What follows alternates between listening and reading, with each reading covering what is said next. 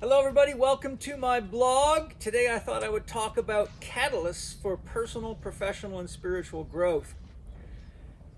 I'm going to discuss catalysts for personal, professional, and spiritual growth at three levels: I, we, and all. If you look into the teachings of the Law of One, if you search LL Research, I think it's llresearch.com or .org, but you could search Law of One, LL Research, and there's a lot of great stuff there. But in the Raw teachings, which is the Raw is the author of the Law of One series, they referred to anything that triggers us or stresses us or challenges us as a catalyst for spiritual growth, something that gives a transformative opportunity. And we're always faced with catalysts, and I think learning to be awake to the catalysts as opposed to reacting to them is what really gives us the opportunity for growth. So for example, if you have a bunch of negative thinking or self-judgment, or you're down on yourself or you're hard on yourself, and those things are adding stress to your life that are not productive for your own personal, professional, and spiritual growth, that would represent a catalyst. If someone pisses you off or cuts you off in traffic, the tendency is to be reactive and bite back. There you have an opportunity because there's a catalyst at hand, a change opportunity. So all change opportunities are catalysts. If challenges are handled effectively, they become opportunities. Sorry for the dog in the background, but we're outside here in beautiful Rainbow, California.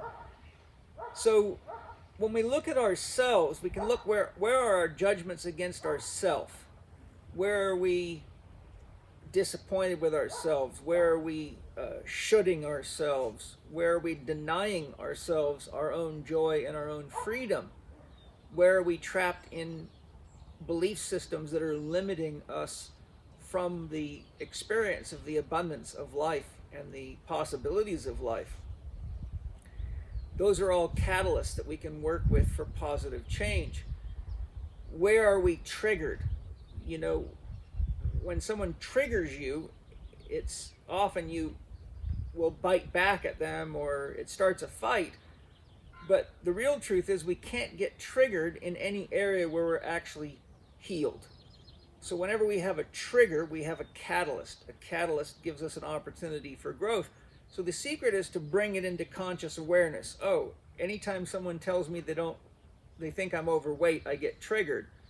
So then you say, okay, now I'm aware that I get triggered when that comes along. So the next time someone tells me that I'm overweight, maybe I can be honest with myself and say, am I really overweight? If I am, then I'm being given feedback to help me become more conscious, because I'm not seeing what other people are seeing, or I wouldn't keep getting these comments year after year or month after month or whatever it is.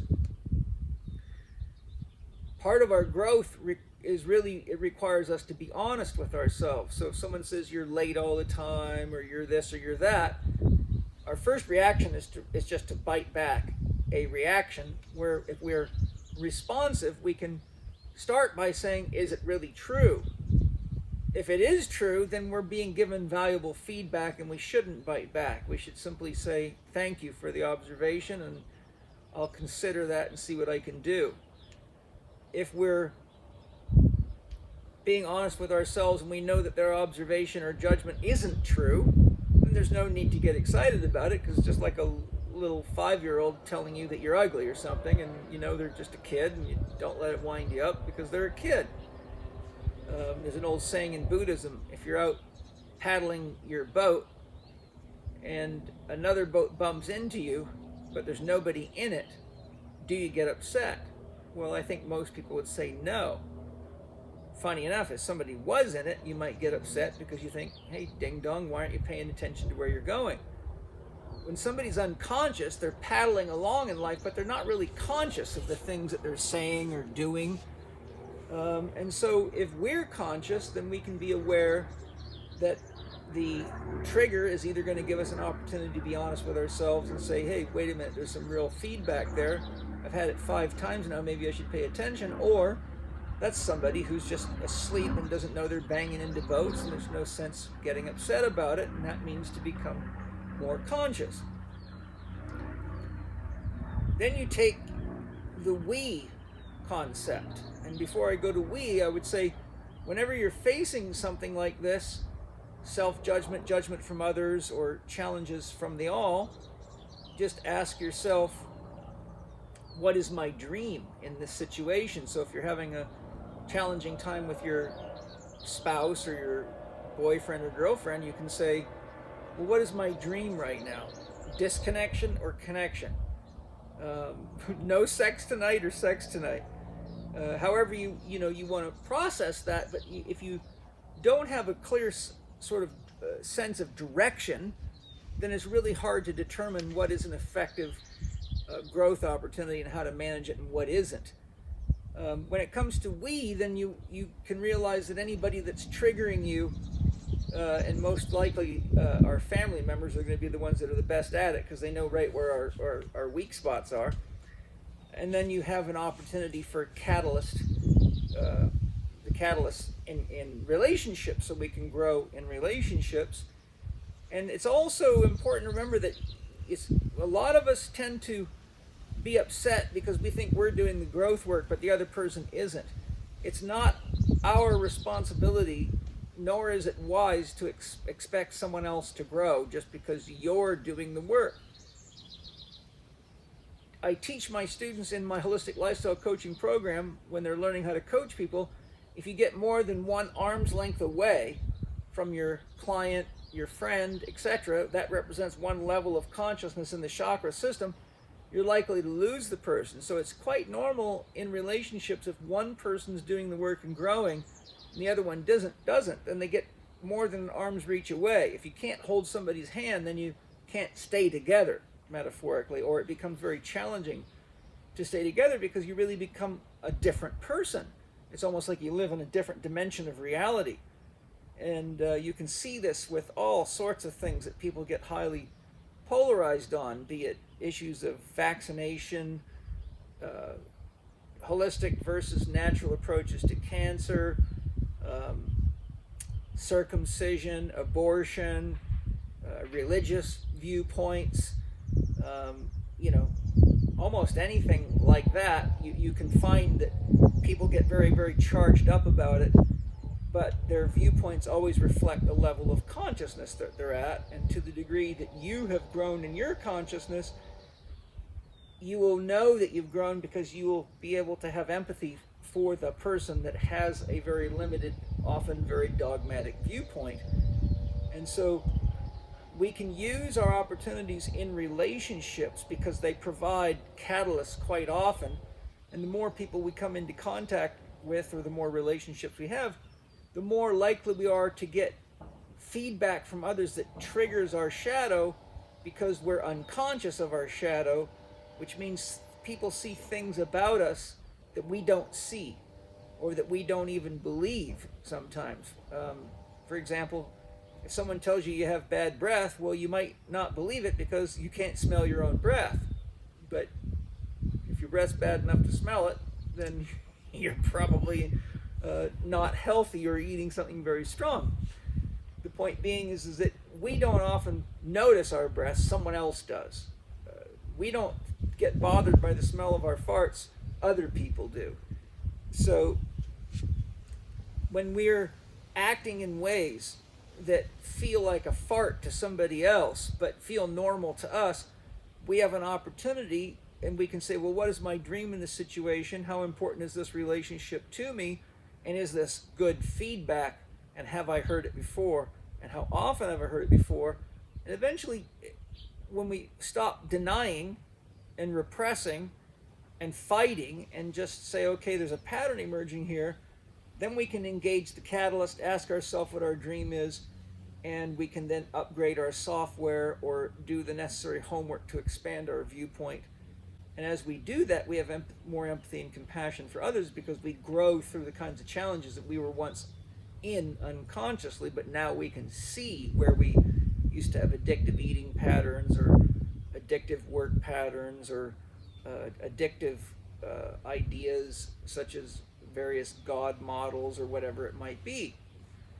Then we get to the level of the all, and we're just coming out the other side of this whole corona pandemic, if you want to call it that. I personally think it's more of a manufactured pandemic than a real one, but there's a catalyst for me. I get very disappointed when I see the public being lied to and manipulated, and it can get me quite wound up and irritated. So before I react, I can say, okay, what's my dream here? Well, my dream is to inform people and help educate people, to give them more viewpoints so they can look at things holistically. But if I'm too polarized in my judgment, I might just push away the very people that I'm trying to reach. So whenever you find, when you're dealing with issues of culture or issues of a nation, or issues of world, or issues of politics, or issues of religion, anything where there's more than three people involved, that's what gets you to the all level. I is you, we is two, and the all begins with three. But typically we're using the all to describe large groups, like the impact on your entire society, or your entire culture, your nation, or the world. So when we have issues that trigger us, we can say, well, what is my dream in that regard? And then we can say, well, what can I do to contribute to being a positive force of change? Because just complaining and bitching and gossiping won't make anything better. So my dream in sharing this with you is that we realize that we're always being given catalysts that are opportunities for personal, professional, and spiritual growth and development. And remember, spiritual, as I use the term, means connecting to a larger whole. So as we grow spiritually, the people that we used to deny or resent or even hate or even want to get rid of, we now have more empathy and compassion for, and we can realize they probably feel the same way about us, except maybe they're not doing the spiritual growth work. The whole story of Jesus being crucified is really a story of sacrifice for the whole, sacrifice for the all, basically giving one's life for the betterment of the whole. And there is a profound example of what we can do for each other with each step forward in our development of becoming more and more awake, more consciousness, more conscious, and therefore more enlightened. So if you enjoy this kind of stuff, we have lots of great teaching for you in my HLC 2 professional training program, which you can get to once you've done the prerequisite course, Holistic Lifestyle Coach Level 1, which is online. My Chek 4-Quadrant Coaching Mastery goes very deep into this type of information. The first segment of that program is available on our online platform. My PPS Success Mastery program at ppssuccess.com, or it's at the Chek Institute website as well, gives you 12 very powerful lessons dealing with these kinds of things. And so I hope you can apply this simple concept of being awake to the catalyst, asking yourself, what is your dream? And saying, how do I maintain connection? And what would love do right now? And then knowing that the growth opportunity is there. And as we become capable of dealing with the catalysts within ourselves, we have more energy to deal with relationship catalysts. And that very process is influencing the all, because we are part of the all. So if we think of all of us as a body full of cells, individuals, if a bunch of them have cancer and we start treating them one at a time, well, every one that gets better makes the whole body better. So whenever we do our own growth and healing work, we're healing something akin to a disease within the whole. So we don't have to travel far to do world work. We're doing it every time we work on ourselves. And by working on our relationships, we're expanding. By working on the bigger issues, we're expanding even more. And that is the process of spiritual growth and development. So thanks for joining me today. Hope you enjoyed the blog. I'll look forward to sharing more with you soon. Bye-bye.